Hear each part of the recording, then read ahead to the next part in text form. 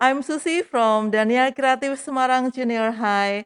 Let's say hello to the new school academic year 2021-2022. Yeah. Now we are still in pandemic era, so please receive my deep condolences if you lose your family member or your friends, and also my prayer. So you're in a good and healthy condition. And please let's practice health protocol and also keep focusing on God. And start from this episode, you not only watch Creative Talk in YouTube channel, but you also can watch Creative Talk in IGTV, especially in DCS Junior High IGTV. So we hope that we can reach many viewers and we can be blessed for many people. In this episode, we have special guests. Our special guest today is a teacher and also an author. He is a teacher in SMA Kolese de Brito, Yogyakarta. Please welcome Bapak Herman Joseph Srianto MPD. Yeay. Ini panggilan akrabnya adalah Bapak Joyo. Ini panggilan kesayangan siswa-siswinya ya Bapak ya. Ya Bapak ini mengajar di SMA Kolese de Brito Yogyakarta. Ini luar biasa ini. Bapak, mari saya ajak Bapak untuk memperkenalkan diri, menyampaikan Bapak kepada audiens kami, Creative People. Silakan Bapak. Terima kasih. Perkenalkan, nama saya Herman Joseph Srianto, biasa dipanggil Joyo. Sehari-hari saya bekerja di SMA Kolese de Brito, mengajarkan matematika. Selain mengajar, saya mendapat tugas tambahan sebagai Waka Humas dan Jejaring di SMA Kolese de Brito. Saya mengajar di De Brito sejak 99, berarti sudah 22 tahun mengajarkan matematika bersama teman-teman di De Brito. Demikian perkenalan singkat saya. Terima kasih. Baik Bapak, terima kasih untuk perkenalan singkatnya. Ya, tadi Bapak Joyo ini selain menjadi pengajar, menjadi guru, beliau juga penulis yang handal dan terkenal ya. Beberapa buku beliau tulis dan juga artikel-artikel. Jadi beliau sangat aktif sekali. Dan ya saat ini semua masih dalam masa pandemi ya Bapak ya. Jadi semua pembelajaran dilaksanakan secara online gitu dan sudah setahun lebih pasti kita di awal dulu agak kesulitan baik siswa-siswi maupun guru maupun orang tua. Tetapi ini semakin lama kita akan dan sudah mengalami smooth, sudah lumayan bisa menikmati ya Bapak ya. Mungkin Bapak bisa sharing ke kami pengalaman Bapak dan juga mungkin siswa-siswi kepada kami semua pengalaman mengenai pembelajaran secara online ini Bapak. Oke, terima kasih. Berkait dengan pembelajaran secara online ini memang tidak mudah ya. Saya mencoba untuk bagaimana sekreatif mungkin gitu ya, sekreatif mungkin. Ini juga saya pikir buat guru juga. Yang penting adalah bagaimana kemudian kita tahu tujuannya apa, kita mau materi esensialnya apa, materi yang akan diajarkan apa, kemudian kompetensi dasar yang harus dikuasai oleh siswa itu apa, siswa harus memiliki kompetensi apa setelah mempelajari itu. Nah, dalam situasi konteks sekarang kemudian harus tahu kemudian media apa yang cocok, yang pas untuk digunakan menyampaikan materi itu. Setelah itu berkait dengan umpan balik gitu ya, saya akan mengevaluasi dengan alat-alat semacam apa, dengan bantuan alat semacam apa sehingga evaluasinya itu, umpan balik itu juga semakin bisa membantu anak untuk lebih bersemangat gitu ya, lebih bersemangat dalam belajar. Kira-kira itu. Baik Bapak Jaya. Iya, jadi intinya adalah kita para guru harus kreatif yang pertama, yang kedua memahami konteks begitu dan puji Tuhan begini Bapak Joyo ini adalah guru matematika ya Bapak ya, betul ya? Iya, Ya. dan pasti memerlukan banyak berbagai macam kreativitas untuk membuat matematika itu menjadi menarik. Jadi sama saya juga mengamati beberapa guru matematika di sini. Jadi kami ada 3 guru matematika, Teacher Yosela, Teacher Lala, dan juga Teacher Ira begitu. Jadi saya melihat bagaimana para guru ini mengajarkan matematika dengan berbagai macam cara yang kreatif, sehingga anak-anak itu tertarik, anak-anak paham, mengerti mengenai matematika. Jadi menghilangkan, pandangan di masyarakat dan juga di kita semua bahwa matematika itu sulit, tetapi dibuat matematika itu menyenangkan. Nah, di beberapa buku Bapak salah satunya membahas mengenai strategi sukses menguasai matematika ini. Bapak Joyo, mungkin bisa dibagikan ke kita semua bagaimana ini strategi sukses menguasai matematika? Di buku itu saya sharing beberapa hal mendasar yang harus dipahami berkait dengan belajar matematika gitu ya. Yang pertama adalah bahwa math is not spectator sport gitu ya, bukan tontonan olahraga. Jadi bukan matematika itu bukan hanya ditonton gitu ya, seolah-olah ketika hanya melihat begitu kemudian paham bisa mengerjakan, tidak dengan sendirinya gitu ya. Jadi memang dalam matematika untuk bisa mempelajari matematika dengan baik kita harus aktif terlibat dalam proses pembelajaran matematika. Yang kedua adalah prinsip kedua adalah memahami prinsip-prinsip yang ada di matematika. Dalam banyak mata pelajaran lain mungkin siswa itu dengan mudah hanya dengan menghafal misalkan kalau sejarah tanggal, nama dan peristiwa. Namun untuk di pelajaran matematika orang butuh melakukan lebih daripada sekedar menghafal kumpulan rumus gitu ya, tapi juga harus paham tentang prinsip konsep dalam matematika. Perlu memahami bagaimana menggunakan rumus itu, kapan rumus itu harus digunakan. Dan hal ini seringkali sebenarnya jauh berbeda dari hanya sekedar menghafal. Kemudian yang berikutnya adalah matematika ini bukan atau merupakan akumulasi dari kumpulan banyak materi gitu ya. Apa yang dipelajari saat ini, misalkan di SMP itu butuh pengetahuan yang sudah dipelajari di SD. Jadi terus menerus gitu ya, berjenjang begitu dan yang di SMA itu butuh pengetahuan yang sudah dipelajari di SMP dan seterusnya semacam itu. Ada banyak keindahan dalam matematika. Misalkan ketika kita belajar fraktal itu ternyata rumus seperti itu ketika diwujudkan dalam bentuk grafis itu ternyata menarik sekali. Macam-macam seperti batik gitu ya. Nah, kok bisa ya seperti itu? Nah, hal-hal macam begini mungkin bisa membuat siswa tertarik dan memiliki pertanyaan, kok bisa seperti itu ya? Dari rumus seperti itu ketika digambarkan grafiknya, kok menjadi sesuatu yang sangat indah.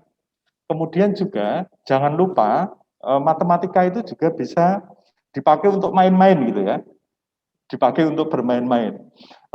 Contohnya misalkan menebak tanggal lahir, menebak uang saku gitu ya, macam begitu itu bisa menggunakan matematika bahkan yang sangat dasar gitu ya. Demikian, Bu. Baik, Bapak. Jadi, strategi sukses menguasai matematika harus memahami ya, bahwa matematika itu bukan dilihat, tetapi harus terlibat kita melakukannya, banyak berlatih dan juga memahami konsep. Ya, semoga itu bisa dipahami oleh siswa-siswi kita semua ya, Bapak. Dan tadi saya tertarik ini, matematika bisa untuk bermain-main ini ya, Pak, ya. Dan, salah satu buku Bapak juga menyebutkan mengenai, bermain sulap dengan matematika. Ya mungkin Bapak bisa membagikan ke kami ini bagaimana ini bermain sulap dengan matematika. Silakan Bapak. Oke, kita mau main-main.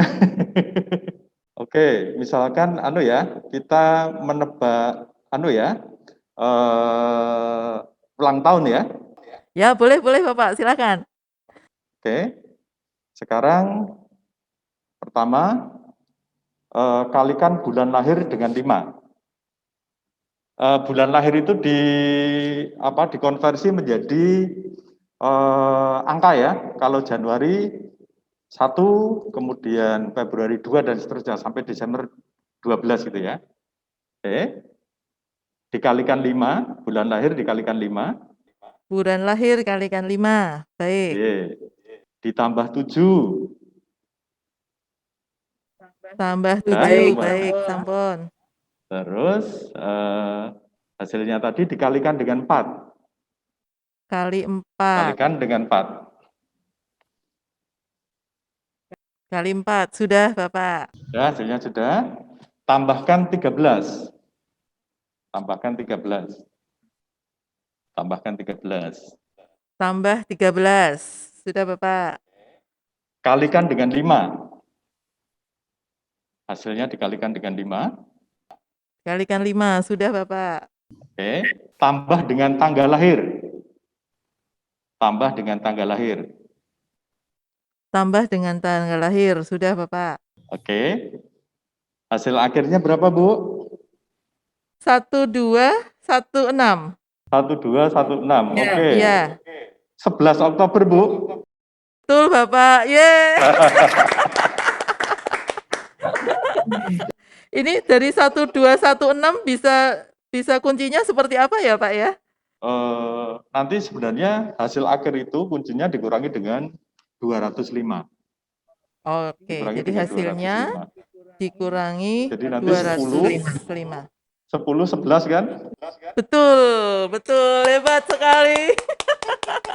10 itu menunjuk pada bulan, Tanggal, kemudian bulan. 11 ke tanggal. Ya, Ya, betul. Bulan, lalu tanggal. Ya, it's tanggal. fun, Ya. it's fun. Ya, kita bisa Itu terapkan di sini. menarik Ayo, gitu ya. ya, anak-anakku SMP DCS yang menyaksikan acara ini silahkan ya. Kita bermain-main ini dengan angka dan nanti akan menghasilkan tanggal dan bulan lahir kalian. Wow, luar biasa. Menyenangkan sekali Pak Joyo. Terima kasih. Ya, itu tadi sulap matematika ya Pak ya. Yang terakhir ini salah satu artikel yang Pak Joyo tulis juga mengenai guru ini, mengenai guru. Di salah satu artikel yang Bapak Joyo tulis di Harian Kompas dan mendapatkan penghargaan karya jurnalistik bidang pendidikan. Ini ya, Bapak menulis mengenai siapa bilang jadi guru itu gampang. Mungkin bisa di-share-kan ke kami Pak, dibagikan ke kami mengenai artikel ini Bapak. Sebenarnya itu semacam gugatan sih artikel itu, bahwa tidak semudah yang dibayangkan. Apalagi dalam situasi, untuk konteks saat ini ya, dalam situasi pandemi gitu ya. Menjadi guru itu juga tidak mudah gitu kan. Dalam konteks, saya mencoba mengkontekskan artikel itu ya, untuk konteks sekarang ketika kita ngomong tentang pendidikan karakter gitu ya, guru itu sangat menentukan. Guru itu yang kemudian berjibaku gitu ya, berjibaku bagaimana kemudian pendidikan karakter anak ini punya karakter yang baik gitu. Dan kadang ini pun juga dalam prosesnya, kadang apa yang kita nilai-nilai core values yang kita ajarkan di sekolah kadang tidak relate dengan, atau tidak sejalan dengan apa yang terjadi di rumah. Kalau saya pribadi gitu ya, ketika mengajarkan dengan anak-anak di sekolah itu lebih pada berkait dengan karakter, itu adalah bagaimana membuat keputusan. Ini soal membuat keputusan. Di luar kita itu ada banyak hal yang mempengaruhi. Ada banyak hal yang mempengaruhi kita, entah gadget, entah kemudian iklan dan sebagainya, itu ada banyak sekali. Persoalan yang mendasar menurut saya bagi banyak orang, atau khususnya para remaja, anak-anak sekolah, adalah belajar bagaimana membuat keputusan. Dan membuat keputusan itu berdasarkan pada pertama, itu adalah kehendak bebas, bahwa ketika membuat keputusan itu saya harus benar-benar bebas gitu ya. Kemudian mendasarkan pada suara hati, agar keputusan itu sungguh-sungguh direnungkan benar-benar, dan ini berdasarkan suara hati. Kira-kira ketika keputusan seperti ini yang terjadi akan seperti apa? Tapi juga sekaligus imajinasi. Saya seringkali menjelaskan kepada anak-anak bahwa ketika membuat keputusan, kita harus punya imajinasi. Apa yang kita putuskan sekarang itu nanti efeknya seperti apa, dampaknya seperti apa. Bukan soal saya berani bertanggung jawab, bahkan tanggung jawab itu diambil bahkan ketika sebelum membuat keputusan gitu ya. Sehingga nanti tanggung jawab itu bukan hanya di akhir, tetapi di awal, tengah, dan akhir gitu. Nah, beberapa hal itu menjadi dasar untuk membuat keputusan gitu ya, kehendak bebas, kemudian suara hati, kemudian imajinasi ini menjadi penting ketika membuat putusan, dan keputusan ini sangat dibutuhkan oleh anak-anak remaja kita gitu ya, SMP, SMA itu, karena ada banyak situasi di luar yang terjadi dan memaksa kita harus memutuskan. Kita harus membuat keputusan ini, dan menurut saya itu salah satu hal terkait dengan pendidikan karakter gitu ya. Pendidikan karakter ya membuat keputusan sebenarnya. Karena di situ membuat anak itu tahu apa yang saya lakukan ini sebenarnya dalam rangka apa. Dan bagaimana kemudian dalam proses itu juga dia belajar bertanggung jawab atas keputusannya. Dan bahkan sekali lagi, tanggung jawab itu bukan diambil di bagian belakang, bahkan sejak awal ketika membuat keputusan. Bahwa bagi saya, menjadi guru itu mendidik masa depan. Apa yang akan terjadi 10-15 tahun yang akan datang, itu sangat dipengaruhi dari interaksi guru di kelas bersama dengan siswa-siswa gitu ya. Karena saya percaya, apa yang kita lakukan sebagai guru di dalam kelas-kelas kita saat ini itu akan berpengaruh mungkin 10 sampai 20 tahun ke depan ketika anak-anak ini sudah menduduki tempat-tempat tertentu atau dia harus membuat keputusan-keputusan penting untuk banyak orang gitu ya. Nah, ini memang peran guru memang sebenarnya sangat luar biasa. Kira-kira demikian kalau artikel itu dikembangkan untuk konteks zaman sekarang. Terima kasih. Ya, baik baik Bapak Joyo, terima kasih. Jadi mengingatkan ke kita, para guru untuk tidak hanya mengajarkan mengenai pengetahuan tetapi juga karakter. Jadi seperti juga yang diajarkan di SMP DCS ini, we are not only teach about the knowledge but also the character. Yang terlebih lagi adalah guru itu adalah mendidik di masa depan.